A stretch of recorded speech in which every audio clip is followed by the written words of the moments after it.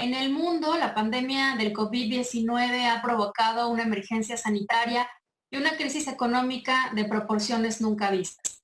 En México, la medida de suspensión temporal de actividades tuvo un efecto inmediato en la actividad económica del país, reflejado en la pérdida del empleo de 753,000 trabajadores formales en mes y medio.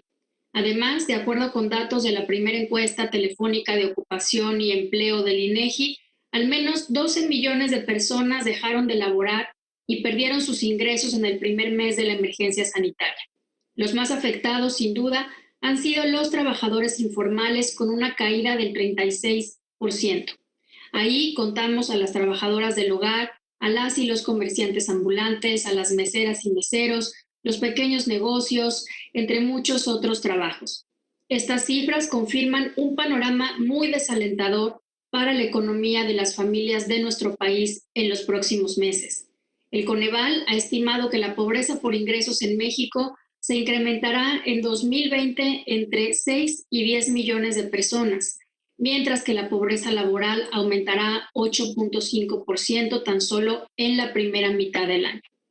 Para combatir este grave escenario, diversos organismos e instituciones como el propio Coneval han expuesto tanto la necesidad de ampliar y fortalecer las medidas emergentes a partir de los programas prioritarios existentes del gobierno federal, como la de implementar medidas adicionales para respaldar a quienes han perdido su empleo y a los sectores de la población más expuestos. La CEPAL ha planteado que para enfrentar los impactos socioeconómicos de la crisis en la región, es necesario que los gobiernos garanticen transferencias monetarias temporales para satisfacer necesidades básicas y sostener el consumo de los hogares. Ello, abro comillas, será crucial para lograr una reactivación sólida y relativamente rápida, cierro comillas. En este mismo sentido, Juan Pablo Bojolavsky, experto independiente en deuda externa y derechos humanos de la ONU, ha exhortado a los gobiernos a considerar un ingreso básico universal por emergencia.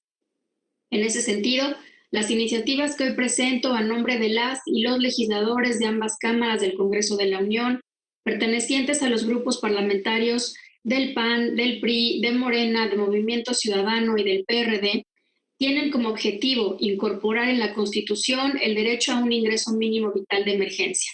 De igual forma, buscamos regular en la Ley General de Desarrollo Social el ejercicio de ese derecho. El propósito es garantizar el bienestar de las y los mexicanos cuando por casos fortuitos o de fuerza mayor, como lo es la actual pandemia, se vea mermado o suprimido por completo el ingreso económico de las familias.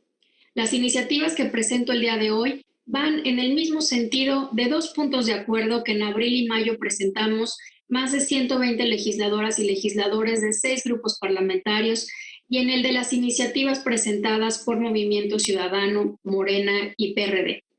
Estas iniciativas se suman al llamado reiterado que hemos hecho al Poder Ejecutivo para adoptar un ingreso mínimo vital de emergencia, que respalde a quienes más lo necesitan, al mismo tiempo que desde nuestro ámbito proponemos la vía legislativa para que se lleve a cabo.